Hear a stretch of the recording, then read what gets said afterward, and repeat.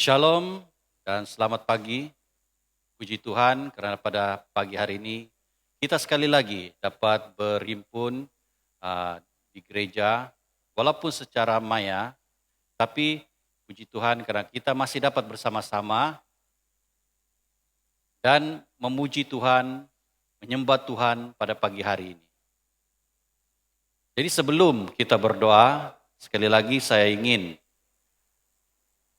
memaklumkan kepada jemaat berkenaan dengan persembahan. Kita boleh salurkan persembahan kasih kita dan juga persepuluhan kita melalui nomor akaun gereja yang telah diberi sebelum ini. Kita juga boleh memberi secara bersemuka kepada bendahari sidang. Jadi sebelum kita masuk ke dalam kebaktian penuh kita, mari saya ajak kita berdoa. Kita serahkan sepenuhnya ke dalam tangan Tuhan kebaktian kita pada pagi hari ini supaya semua kita diberikan sukacita penuh oleh Tuhan pada pagi hari ini. Mari kita berdoa. Bapa kami dalam syurga yang kami sembah, yang kami muliakan di dalam nama Tuhan Yesus Kristus. Pada pagi hari ini Tuhan kami datang pada Engkau. Kami mengucap syukur atas pimpinan dan penyertaan Engkau Tuhan. Sepanjang hari-hari yang telah lalu sehinggalah pada saat ini Tuhan, kami sekali lagi diberikan napas baru untuk menikmati kehidupan pada pagi hari ini. Biarlah kehidupan kami pada pagi hari ini Tuhan, diberkati oleh Engkau ya Tuhan, agar kami dapat memuji Engkau, memuliakan Engkau dengan selayaknya ya Tuhan pada pagi hari ini. Lewat daripada kebaktian kami pada pagi hari ini. Bapa di sorga, sucikan dan kuduskanlah hati dan pikiran kami ya Tuhan, agar apa yang kami perbuat pada pagi hari ini berkenan di hadapan Engkau ya Tuhan. Biarlah damai sejahtera-Mu, sukacita-Mu Tuhan melimpah di dalam hati dan kehidupan kami pada pagi hari ini. Bapa di sorga, kami juga serahkan kebaktian kami ke dalam tangan Engkau Tuhan. Biarlah lewat daripada kebaktian ini Tuhan akan dapat menyatukan kasih kami Tuhan, sehingga kami dapat menaikkan pujian syukur kami kepada Engkau Tuhan dengan penuh sukacita, dengan penuh damai sejahtera pada Engkau ya Tuhan. Hindarkanlah kami daripada hal-hal yang tidak berkenan di hadapan Engkau ya Tuhan. Pada saat kami memuji Engkau, memuliakan Engkau, bahkan mendengar akan sabda-Mu ya Tuhan. Biarlah sabda-Mu pada pagi hari ini yang kami akan pelajari ya Tuhan, akan bekerja di dalam hati kami, bahkan dalam kehidupan kami Tuhan. Agar firman-Mu yang kami pelajari sebentar ini juga Tuhan, tidak berlalu dengan sia-sia, malah akan menuntun kami menjadi anak-anak-Mu yang lebih sempurna lagi ya Tuhan. Terpuji temuliaan nama-Mu ya Tuhan Yesus. Haleluya, haleluya, haleluya. Kami serahkan dari awal, pertengahan, hingga selesainya kebaktian ini. Hanya di dalam nama Tuhan Yesus Kristus, Tuhan dan Juru Selamat kami. Haleluya. Amin.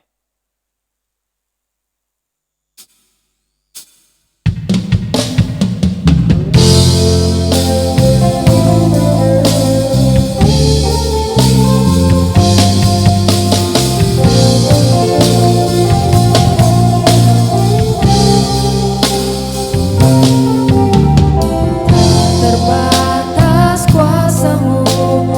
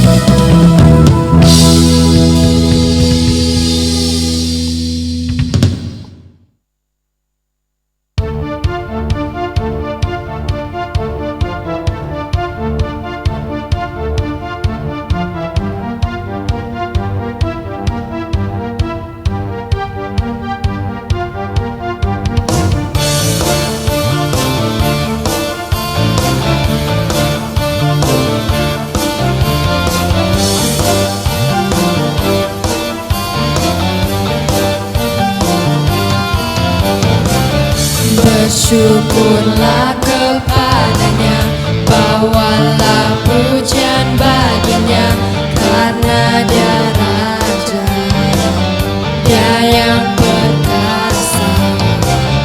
Tuhanlah kekuatanku, mazmur dan keselamatanku, dia penolongku, yang beri hidupku.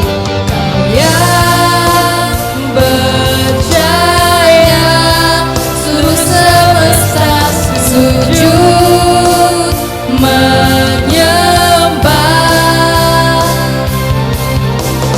Agunglah kebangkitanmu, mujizat telah terjadi. Junjung kasih anugerahmu, kekal teguh dan mulia. Masyurlah perbuatanmu, kau penyelamat hidupku. Kasih-Mu tiada tara, bertata kau Tuhan Rajaku.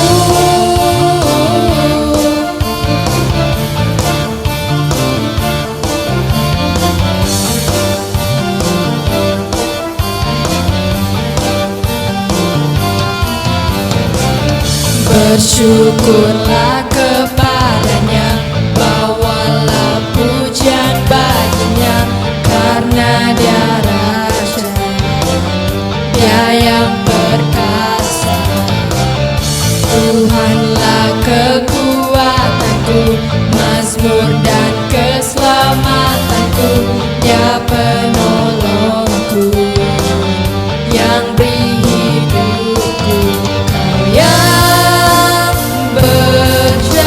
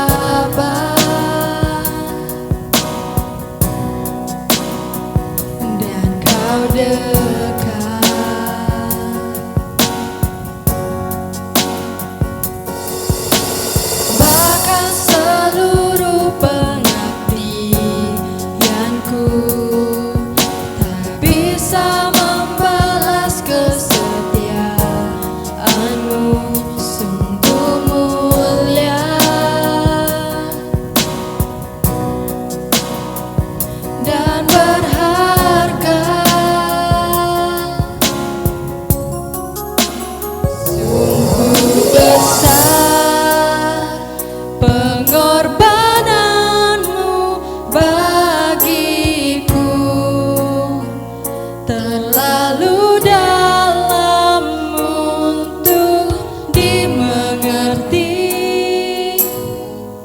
Sungguh besar,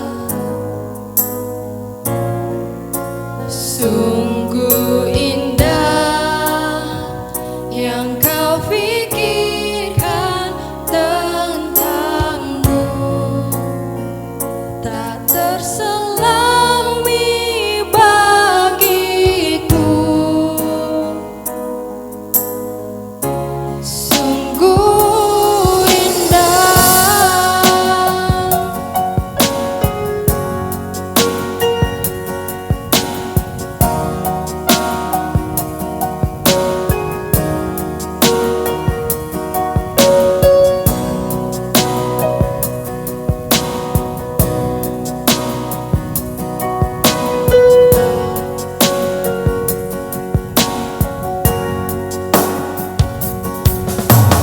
akan seluruh pengabdianku tak bisa membalas kesetiaanmu. Sungguh mulia dan berharga. Sungguh besar pengorbananmu bagiku, terlalu dalam untuk dimengerti. Sungguh besar, sungguh indah yang kau pikirkan tentangku, tak terselami bagiku. Sungguh indah,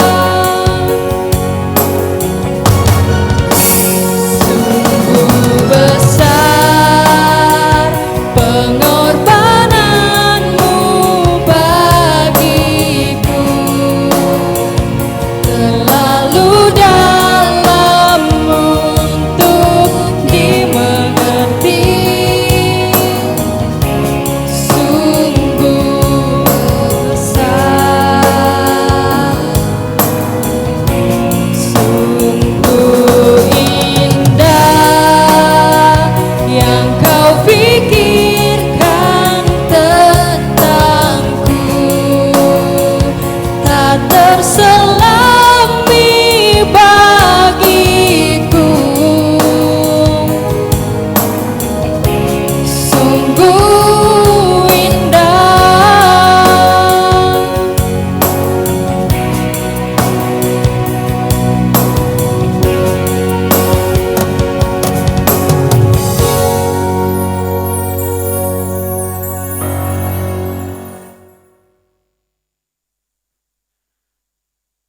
Terima kasih untuk tim pujian penyembahan yang sudah memimpin kita di dalam puji-pujian sebentar tadi sehingga kita bersama-sama di dalam roh dan kebenaran kita dapat memuliakan Allah kita. Jadi jemaat Tuhan yang saya kasih dalam nama Tuhan Yesus Kristus, saat ini kita masuk di dalam pemberitaan firman Tuhan. Mari kita memulai semuanya dengan berdoa bersama-sama. Saya pimpin kita dengan suara yang kedengaran. Mari kita tunduk kepala dan kita berdoa.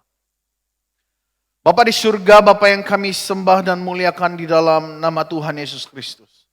Kami bersyukur Tuhan sebab Engkau sudah memimpin kami di dalam puji-pujian, di dalam nyanyian-nyanyian yang sudah kami naikkan. Sehingga seluruh pujian dan penyembahan yang kami naikkan hari ini Tuhan, telah membangun roh kami untuk terus dapat menyembah Engkau di dalam roh dan kebenaran. Bapa di surga, biarlah Engkau terus melakukan ataupun menyatakan kegerakan roh di dalam setiap pribadi kami. sehingga kami dapat merasakan hadirat Tuhan terus-menerus di dalam setiap pribadi kami. Dan khususnya Tuhan, saat ini kami akan mendengar firman-Mu. Berbicaralah, sebab hati yang subur, hati yang siap menerima firman-Mu telah terbentang, sehingga benih firman boleh mendapat tempat yang baik dalam hati kami masing-masing. Kami berdoa Tuhan, supaya biarlah sekali lagi Roh Kudus Tuhan menyertai kami dalam pemberitaan firman-Mu, sehingga setiap kami dapat mengerti, memahami firman yang diberitakan, sehingga kami dapat mengaplikasikan kebenaran ini, sehingga nama Tuhan dimuliakan. Terima kasih Tuhan Yesus, kami siap mendengar firman Tuhan pada saat ini, dan biarlah nama Tuhan saja dimuliakan. Terima kasih, ini doa kami memulai di dalam nama Tuhan Yesus kami sudah berdoa dan mengucap syukur semuanya. Haleluya, mari kita katakan sama-sama, amin. Shalom, sekali lagi jemaat Tuhan yang saya kasih dalam nama Tuhan Yesus Kristus. Kita bersyukur sebab karena kasih dan kebaikan Tuhan di dalam hidup kita, sekalipun dalam beberapa minggu ini kita masih harus tetap bersama-sama di dalam ruangan ibadah online kita. Namun saya percaya bahwa Tuhan tetap tetap adanya kegerakan roh di dalam setiap pribadi kita, sehingga kita dapat terus mengalami kebangkitan rohani, kita ada kebangunan rohani dalam setiap pribadi kita. Jadi jemaat Tuhan yang saya kasih dalam nama Tuhan Yesus Kristus, dimanapun Anda berada, saya berdoa supaya Tuhan terus memberikan kita semangat untuk semakin supaya kita terus berkobar-kobar untuk semakin dekat dengan Allah. Nah, jadi jemaat Tuhan yang saya kasih dalam nama Tuhan Yesus Kristus, pada minggu yang lalu saya berbicara tentang sebuah tema yang berbicara tentang curang, ya. Dan di dalam tema itu saya membahas tentang seorang pribadi yang kita pelajari, ya, yaitu Musa. Ya, kita mempelajari tentang Musa. Dan saat ini, ya, pada hari ini saya sekali lagi membawa kita mempelajari tema yang sama, curang. Dan saya sekali lagi membawa kita mempelajari definisi tentang perkataan curang ini. Oke? Nah, definisi kata curang ini berbicara tentang tidak tulus. Oke? Tidak tulus, tidak setia di dalam perhubungan. Ya. Sekali lagi, definisi curang, perkataan curang ini berbicara tentang sikap hati ataupun kehidupan yang tidak tulus, tidak setia, ya, di dalam perhubungan. Nah, jadi tema ini secara khususnya berbicara tentang bagaimana hubungan kita dengan Allah secara khususnya. Ya, saya ingin bicarakan tentang bagaimana hubungan kita ini dengan Allah secara khususnya. Nah, saudara-saudari yang saya kasih dalam nama Tuhan Yesus Kristus, banyak orang yang hanya mengikat hubungan. Perhatikan bagian ini. Ya. Sekali lagi, banyak orang yang hanya mengikat hubungan dengan Allah disebabkan, yang pertama ini adalah disebabkan keluarganya orang yang mengenal Allah. Ya. Banyak orang percaya hari ini apabila kalau ditanya, ya, kenapa kamu menjadi orang Kristen, orang percaya? Alasan yang mereka katakan adalah sebab ibu bapak saya sejak dari nenek moyang lagi mereka adalah orang Kristen, orang percaya. Maka akhirnya hari ini mereka hanya tertakluk kepada hal itu saja, sehingga mereka katakan sebab itulah saya mengikat hubungan saya dengan Allah.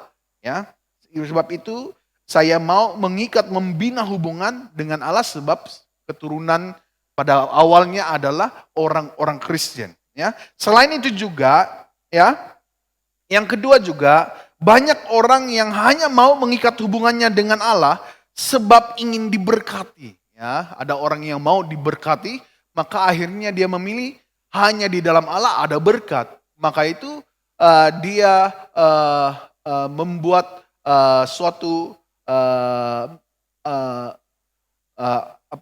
mereka set di dalam minda mereka bahwa apabila mereka hidup sebagai orang percaya, mereka akan mengalami berkat-berkat yang berkelimpahan di dalam dia. Bahkan juga selain itu juga, selain daripada karena keluarga mereka adalah orang percaya, mereka ingin diberkati. Yang terakhir ini adalah mereka mau membina hubungan, mengikat hubungan dengan Allah hanya semata-mata mereka mau selamat.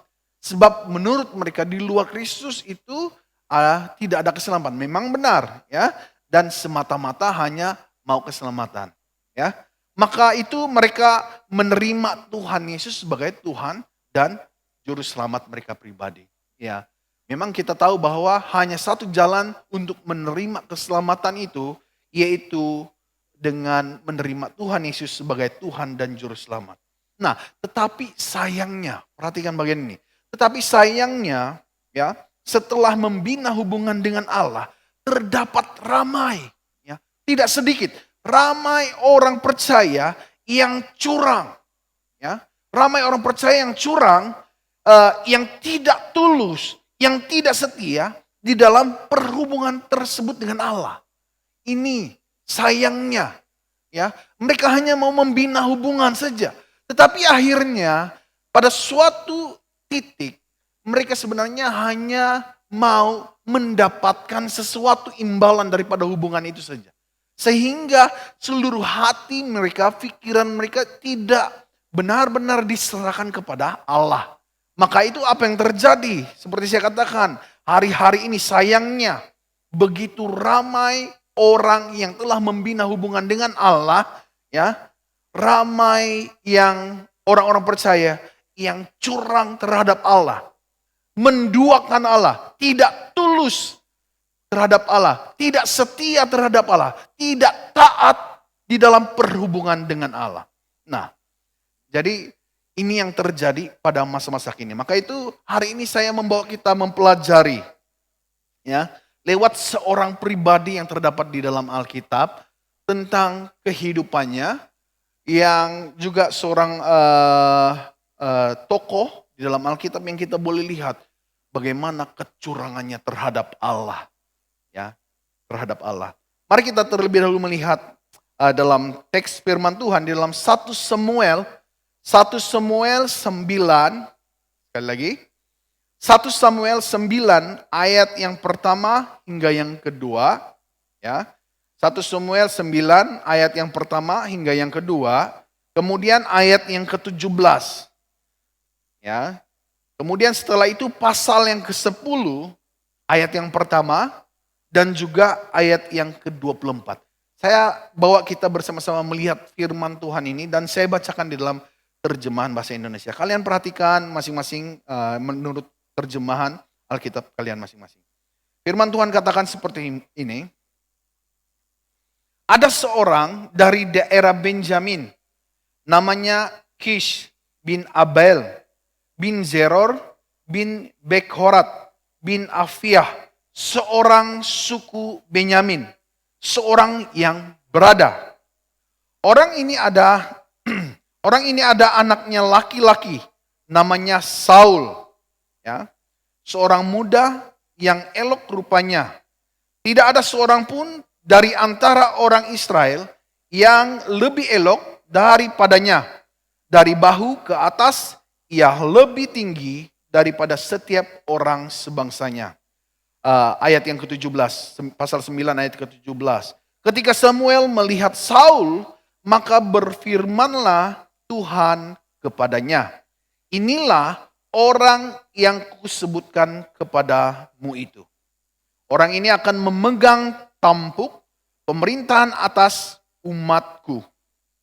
Kemudian pasal yang ke-10 ayat yang pertama, lalu Samuel mengambil buli-buli berisi minyak, dituangnyalah ke atas kepala Saul, diciumnyalah dia sambil berkata, bukankah Tuhan telah mengurapi engkau menjadi raja atas umatnya Israel?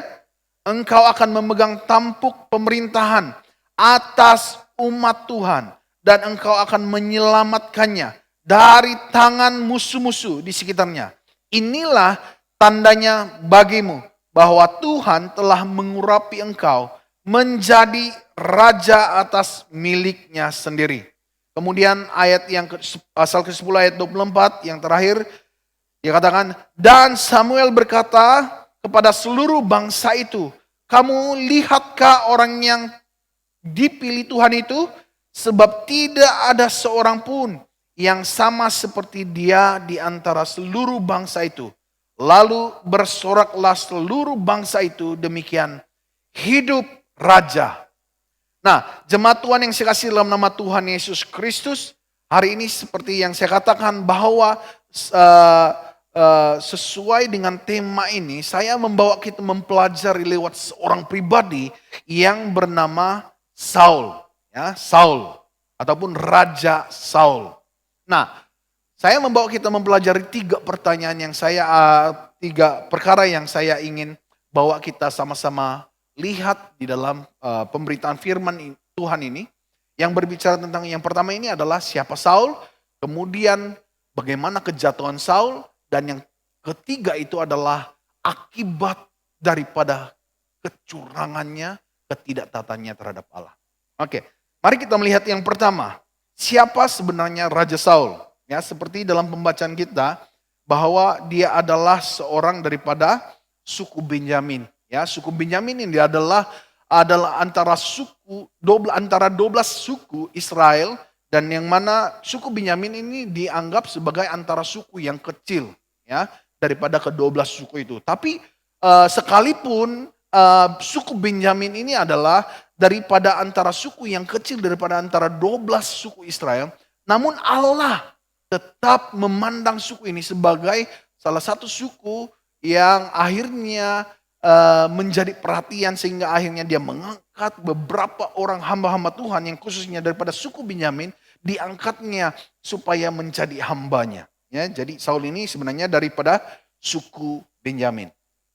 Nah, Saul juga merupakan seorang raja pertama bagi bangsa Israel. Ya, Saul adalah raja pertama bagi bangsa Israel. Bagaimana umat Israel ini memiliki raja yang pertama? Nah, sebenarnya setelah zaman Yosua, para bapak-bapak leluhur pada ketika itu, maka lahirnya hamba-hamba Tuhan yang dipanggil sebagai hakim-hakim.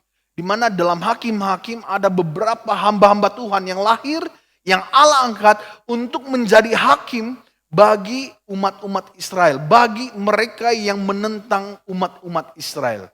Nah, jadi sehingga akhirnya hakim yang terakhir itu juga adalah Samuel sendiri.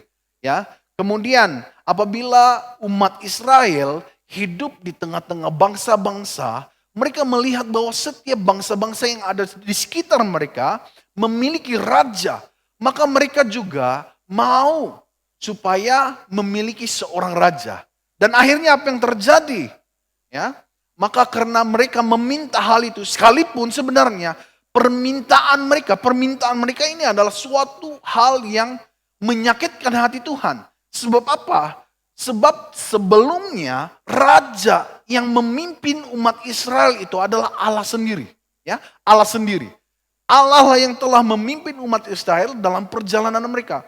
Tapi pada suatu detik apabila umat Israel terlalu memandang sekitar mereka, mereka melupa bahwa raja yang sebenar itu adalah Allah. Sehingga mereka meminta-minta supaya ada seorang raja. Maka itu akhirnya Allah memberilah, ya, lewat Samuel ini Allah memberi seorang raja yang pertama, yaitu Saul. Ya, Saul adalah seorang raja yang pertama. Nah, ketika Saul diangkat menjadi raja bagi bangsa Israel, Allah telah menyatakan penyertaannya ke atas Saul. Ya, sehingga tidak ada seorang pun yang sanggup menahan dia di dalam peperangan untuk membela bangsa-bangsa Israel. Kita melihat kalau kita membaca tentang perjalanan Saul ketika dia diangkat menjadi seorang raja, ternyata urapan Allah yang telah turun ke atasnya membuatkan Allah menyertai dia di dalam seluruh perjalanannya, khususnya di dalam peperangannya menentang umat-umat yang menentang umat Israel ini. Ya, Allah menyertai dia sehingga tidak satu pun yang dapat menahan ataupun mematahkan serangan daripada Saul bersama dengan tentara-tentaranya. Ya, jadi kita dapat melihat ini dalam pembacaan-pembacaan kita bahwa Saul begitu hebat di dalam peperangannya. Sebab Allah menyertainya. Allah telah mengangkatnya, tetapi bukan hanya mengangkatnya, menyertainya. Sehingga dia menang dan menang di dalam peperangannya. Nah, hal ini ya, oleh karena pekerjaan Tuhan yang luar biasa di dalam pribadi Saul, apa yang terjadi?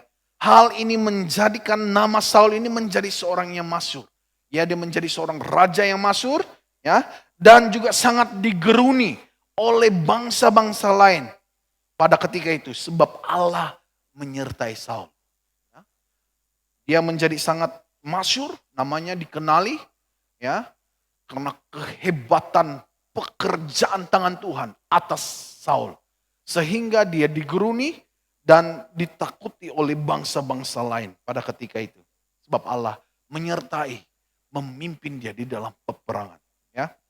Nah, kemudian sekalipun demikian, Alkitab sempat mengatakannya, perhatikan, sekalipun demikian, sekalipun Saul ini berhasil, sekalipun Saul ini disertai oleh Allah di dalam peperangan-peperangannya, dia berhasil mengalahkan musuh yang begitu banyak, ya. Namun Alkitab sempat mengatakan bahwa dia sebenarnya gagal menjadi seorang raja yang benar. Ya. Sekalipun dia berhasil masyhur namanya, tetapi akhirnya Alkitab sempat mengatakan bahwa dia gagal menjadi seorang raja yang benar. Hidupnya dan tindakannya menyimpang.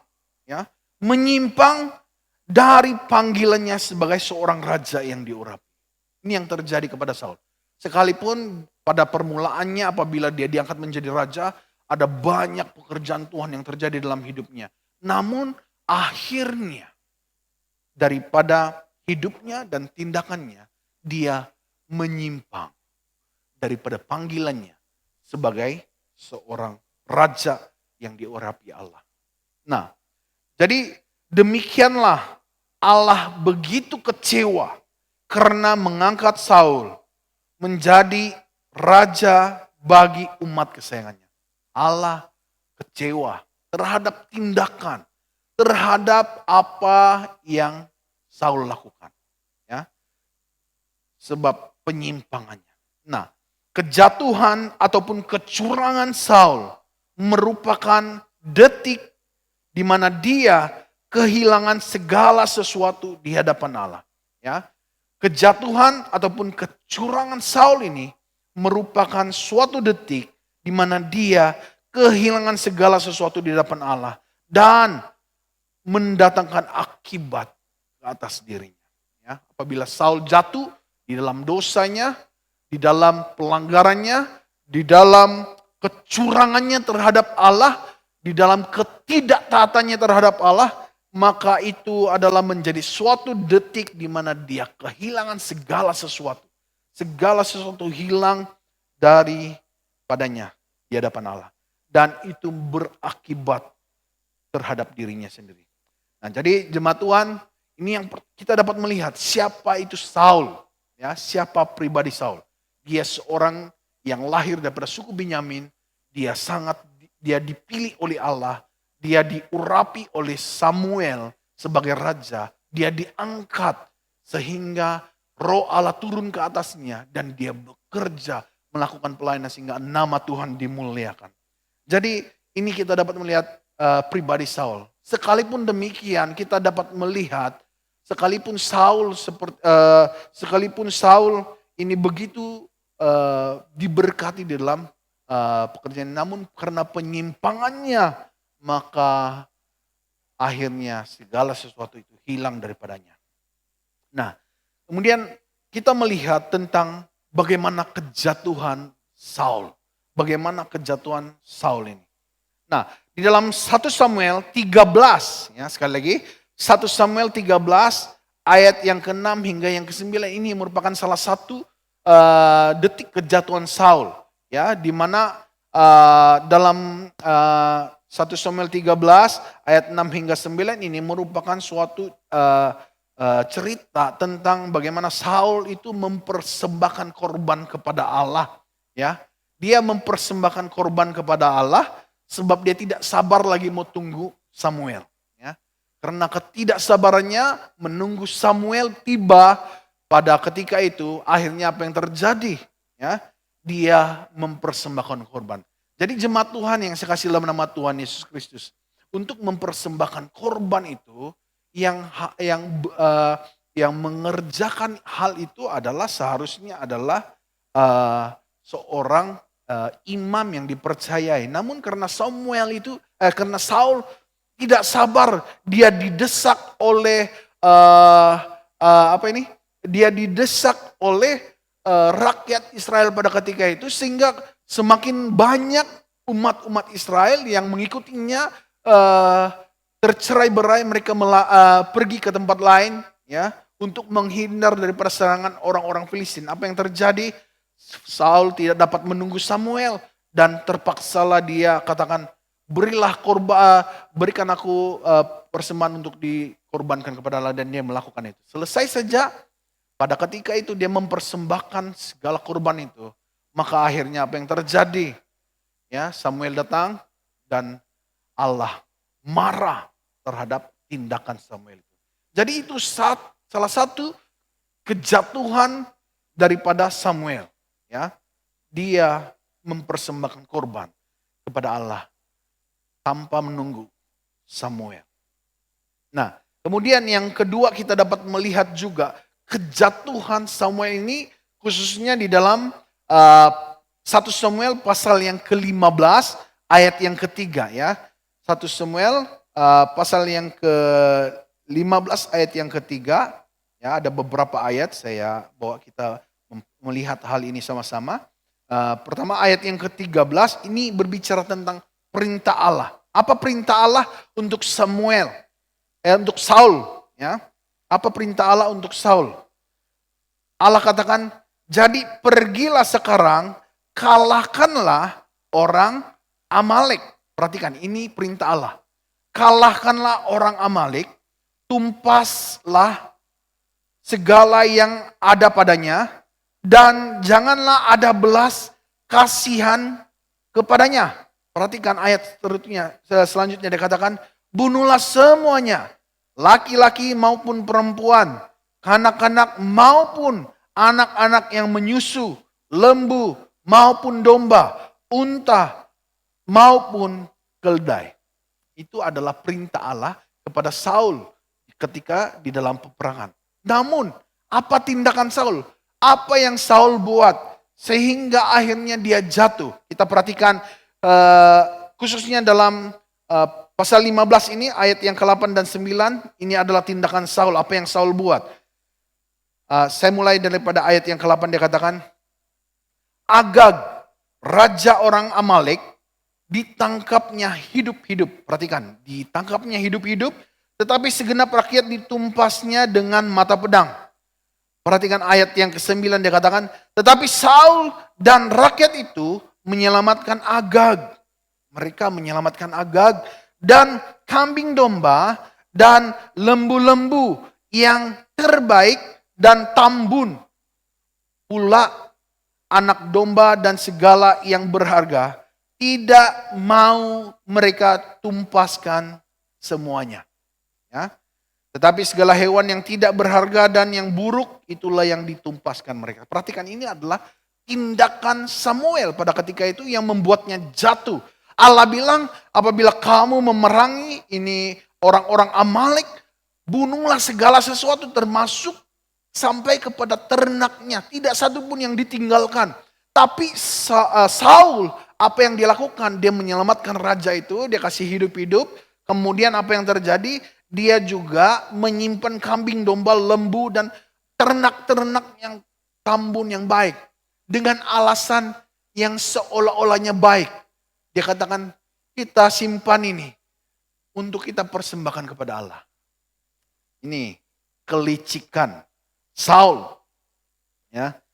Nah, kemudian mereka menahan segala sesuatu yang sepatutnya mereka tidak tahan.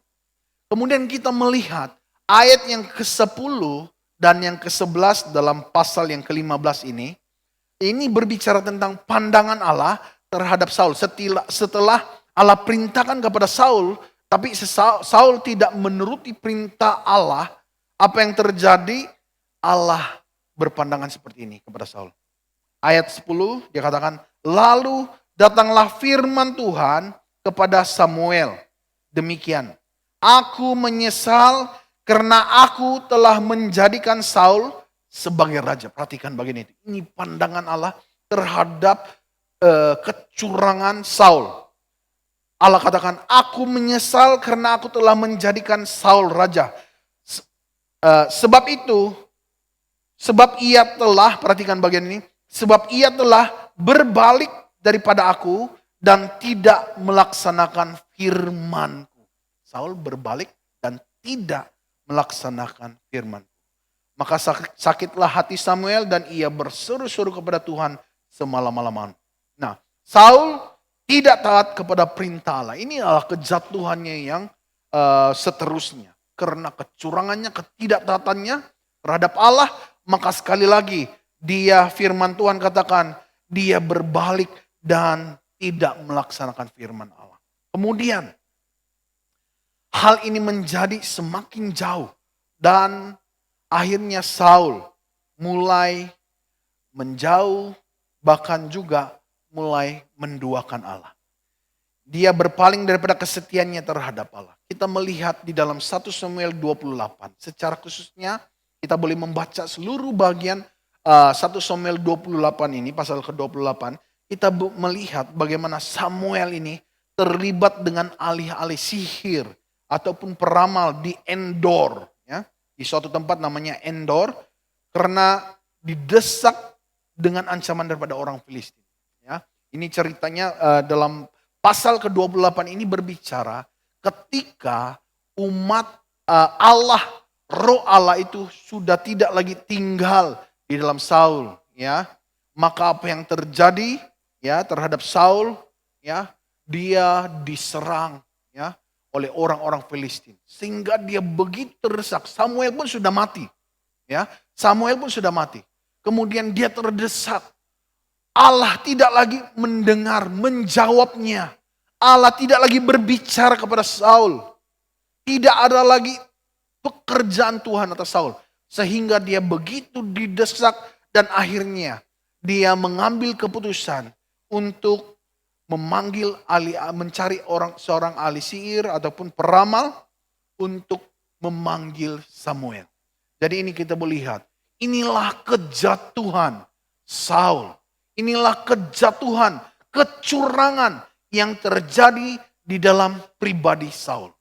Ya, pada mulanya dia orang yang diangkat oleh Allah. Allah memilih dia supaya dia dapat menjadi raja atas umat Israel. Dan dia berhasil sebagai raja.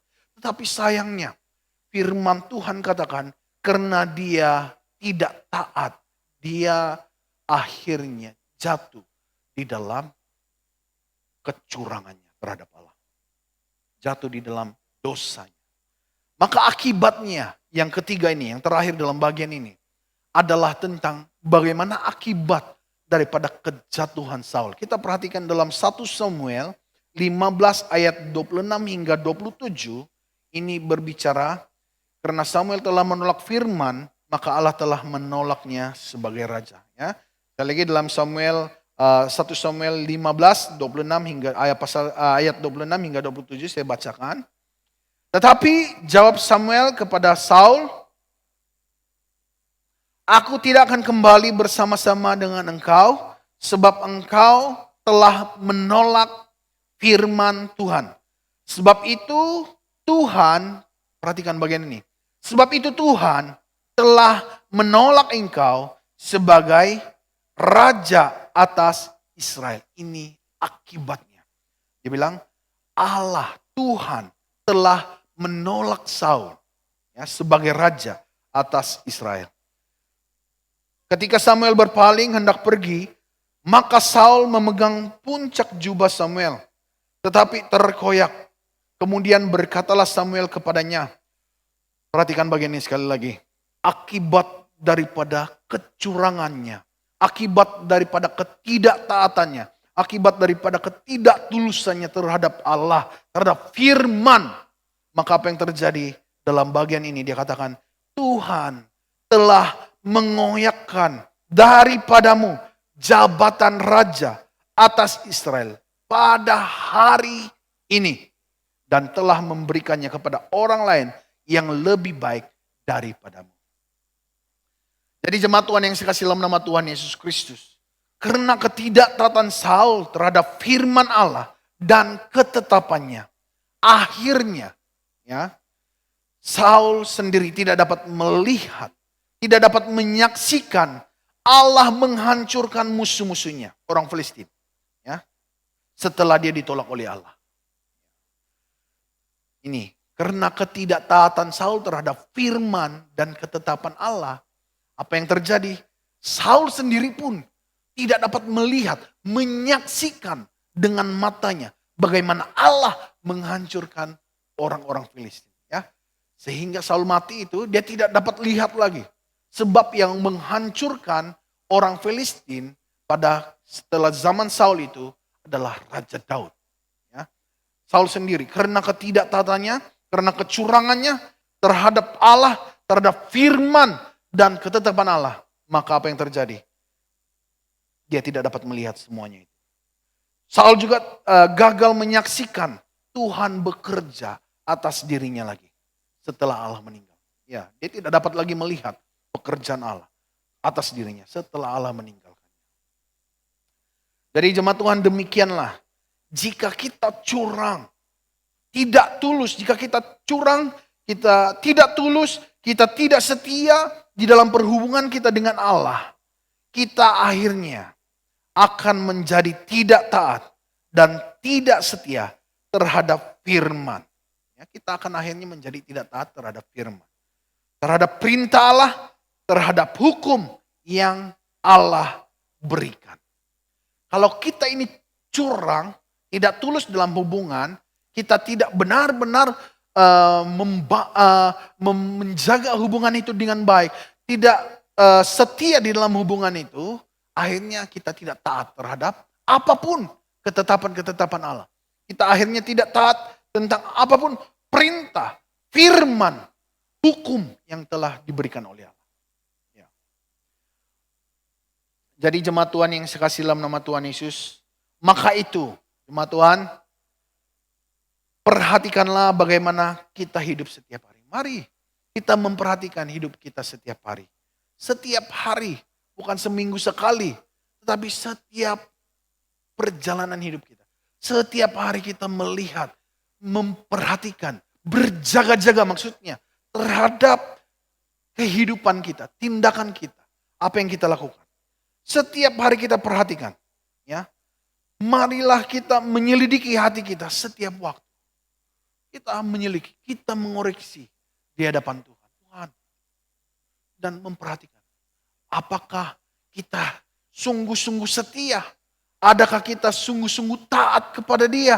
Adakah kita sungguh-sungguh tulus kepada Allah kita? Kita menyelidiki hati kita. Sebab Allah berkenan, ya, perhatikan bahwa sebab Allah berkenan melihat kita hidup benar di hadapannya. Allah sebenarnya berkenan untuk melihat hidup kita ini benar-benar berkenan di hadapannya. Bagaimana supaya hidup kita berkenan di hadapannya? Sekali lagi, mentaati firman-Nya dan tidak menduakannya di dalam hati kita. Ini, kalau kita ingin, karena Allah ingin supaya hidup kita ini berkenan di hadapannya, dan caranya itu adalah supaya kita benar-benar mentaati firman, ketaatan, apa yang Allah mau, taatilah itu, ya.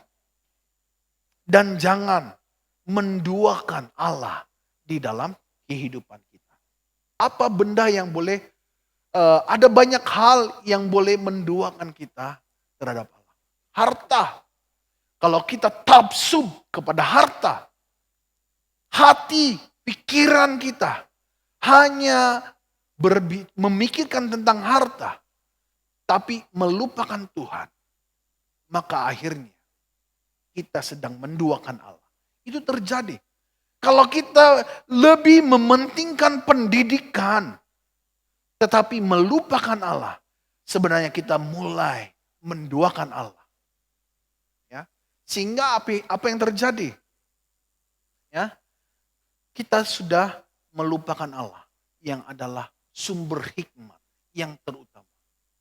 Jadi ada banyak benda yang boleh mengikat kita, membuatkan kita akhirnya sadar tidak sadar kita sedang menduakan Allah. Kita tidak mengutamakan Allah di dalam hidup kita. Maka itu Allah mau supaya jangan pernah ada di dalam hati kita menduakan Dia. Tetapi harus mengutamakan Dia. Yaitu mentaati firman-Nya dan berfokus kepada Dia. Jadi jemaat Tuhan, Allah membenci kecurangan. Sesungguhnya Allah membenci kecurangan. Maka itu kalau kita melihat firman Tuhan di dalam pembacaan kita sebentar tadi, khususnya dalam Samuel 15, 1 Samuel 15 itu khususnya ayat yang ke-11 itu dia katakan Allah menyesal menjadikan Samuel itu sebagai seorang raja. Jadi jemaat Tuhan, kekecewaan Allah membenci. Ya, sekali lagi saya menggunakan perkataan ini. Allah membenci kecurangan. Allah membenci ketidaktulusan. Allah membenci ketidaksetiaan. Bahkan juga Allah membenci ketidaktaatan di dalam perhubungan dengannya. Sebab Allah mau, kalau boleh hubungan kita dengan Allah tidak ada lagi kecurangan. Tetapi sungguh-sungguh tulus, sungguh-sungguh setia di dalam perhubungan. Sehingga hidup kita menjadi orang yang taat, obey terhadap Allah. Patuh terhadap apapun yang Allah kehendaki di dalam kehidupan kita. Jadi jemaat Tuhan, saya ajak kita semua, marilah kita berusaha menjaga hubungan kita dengan Allah. Mari kita menjaga hubungan kita dengan Allah dengan baik. Ya, binalah hubungan yang semakin akrab dengan Allah. Mari kita bina hubungan kita semakin akrab dengan Allah, bahkan semakin dalam. Ya, jangan hanya sekedar mengenal siapa Yesus. Ya, jangan hanya tahu Yesus ada juru selamat saja. Kenalilah Allah dengan cara membina hubungan dengan lebih akrab. Semakin dalam kita mengenal Allah, semakin kita mengetahui bagaimana Allah begitu mengasihi kita. Bagaimana Allah begitu menghargai hubungan antara saya, saudari, dan Allah. Ya. Maka kita akan melihat kalau kita membina hubungan yang akrab dan dalam dengan Allah, maka akhirnya kita akan melihat pekerjaannya yang luar biasa di dalam kehidupan kita setiap waktu. Kita akan melihat pekerjaan Allah luar biasa. Perhatikan bagaimana Saul, Allah angkat saja dia. Lihatlah bagaimana Allah bekerja di dalam Saul. Ada pekerjaan yang luar biasa. Demikian hidup kita. Kalau hidup kita akrab dengan Allah, hubungan kita dalam dengan Allah, maka ada pekerjaan yang luar biasa terjadi dalam hidup kita setiap hari. Yang mustahil menurut manusia akan menjadi tidak mustahil bagi Allah. Sebab tidak ada perkara yang tidak mungkin dilakukan oleh Allah. Jadi ini jemaat Tuhan. Sekali lagi, bina hubungan yang akrab dengan Allah. Sebagai kesimpulan dalam bagian ini saya membawa kita melihat ini. Bangkitlah. Bangkitlah dari ketidaktaatan kita. Mari kita bangkit daripada ketidaktaatan kita. Mari kita bangkit daripada kecurangan kita terhadap Allah. Ya, kalau hari ini kita selidiki hati kita dan kita mendapati bahwa ada kecurangan di dalam hati kita. Mari kita bangkit kembali. Ya. Kita bangkit daripada ketidaktaatan kita, daripada kecurangan kita itu terhadap Allah. Sebab Allah menantikan kita kembali kepadanya.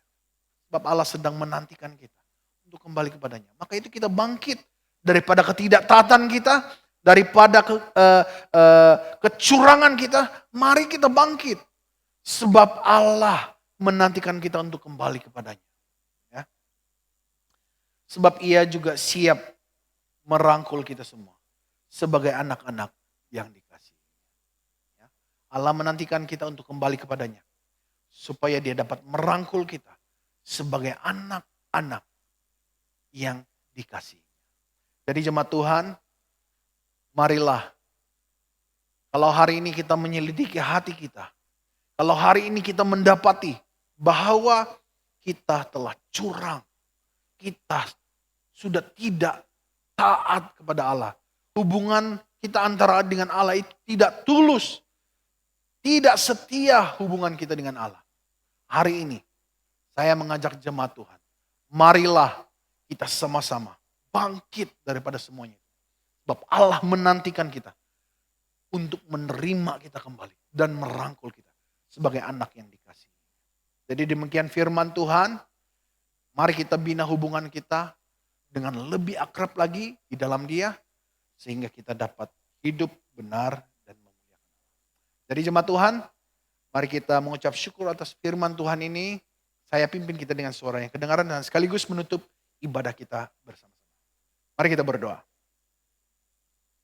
Bapa di surga, kami bersyukur atas firman-Mu yang hari ini sudah berbicara tentang kami. Lewat seorang pribadi, dan kami mempelajari tentang kecurangan yang terjadi dalam hidupnya, yaitu Raja Saul. Sekalipun pada mulanya dia berhasil sebab Tuhan menyertai, tapi karena kecurangannya, maka akibatnya adalah Allah meninggalkan dia. Dia akhirnya tidak dapat melihat pekerjaan Tuhan yang luar biasa. Dia telah meninggalkan Allah di dalam hatinya. Dia telah menduakan Allah. Dia tidak taat kepada Allah. Tidak tulus kepada Allah dalam hubungannya dengan engkau. Kami mempelajari hal ini.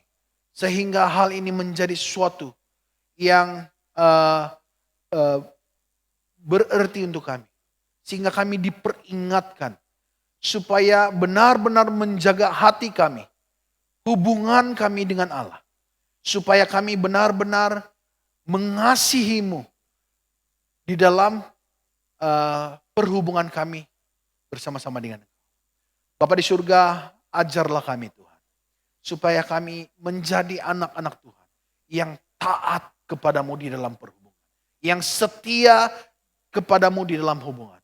Yang benar-benar tulus di dalam kepadamu di dalam perhubungan kami terhadap Engkau Tuhan.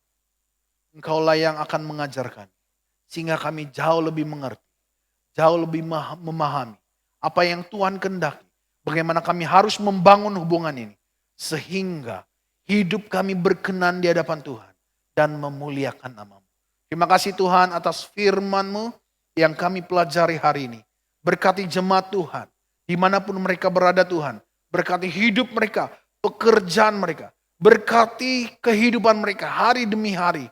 Yang belajar Tuhan, berkati hidup mereka. Yang saat ini sedang mencari pekerjaan atau bagaimana. Tuhan, perhatikan hidup jemaat-Mu Tuhan Yesus. Kiranya Tuhan memberkati hidup mereka. Sehingga mereka sekalipun dalam apapun keadaan hidup mereka, mereka tetap taat, tetap setia, tetap tulus di dalam hubungan mereka terhadap Allah. Berkati mereka Tuhan, dalam segala keperluan mereka. Engkau berkati juga apa yang mereka kerjakan supaya boleh berhasil. Dan Tuhan membuatkan mereka terus mengalami sukacita dan damai sejahtera daripada Allah. Terima kasih Tuhan atas persekutuan kami bersama pada pagi hari ini. Kami percaya Roh Allah bekerja dalam setiap pribadi kami. Dan biarlah setiap kami mengalami sesuatu pekerjaan yang luar biasa. Bapa di surga, sinarilah setiap jemaat Tuhan dengan wajah-Mu Tuhan. Sehingga apapun yang kami lakukan, kami tetap menjadi sinar dimanapun kami berada. Kami tetap menjadi sinar terang bagi dunia ini. Sehingga nama Tuhan dimuliakan. Terima kasih Tuhan atas persekutuan kami hari ini. kami telah selesai dalam persekutuan ini. Dan kami menutup persekutuan hari ini di dalam nama Allah Bapa, Anak, dan Roh Kudus. Telah berdoa dan mengucap syukur. Haleluya, mari kita sama-sama katakan, amin. Salam jemaat Tuhan, kiranya Tuhan memberkati semua jemaat Tuhan dimanapun Anda berada. Dan biarlah ada sukacita, damai, sejahtera daripada Allah memenuhi setiap pribadi kita. Terima kasih, shalom, dan Tuhan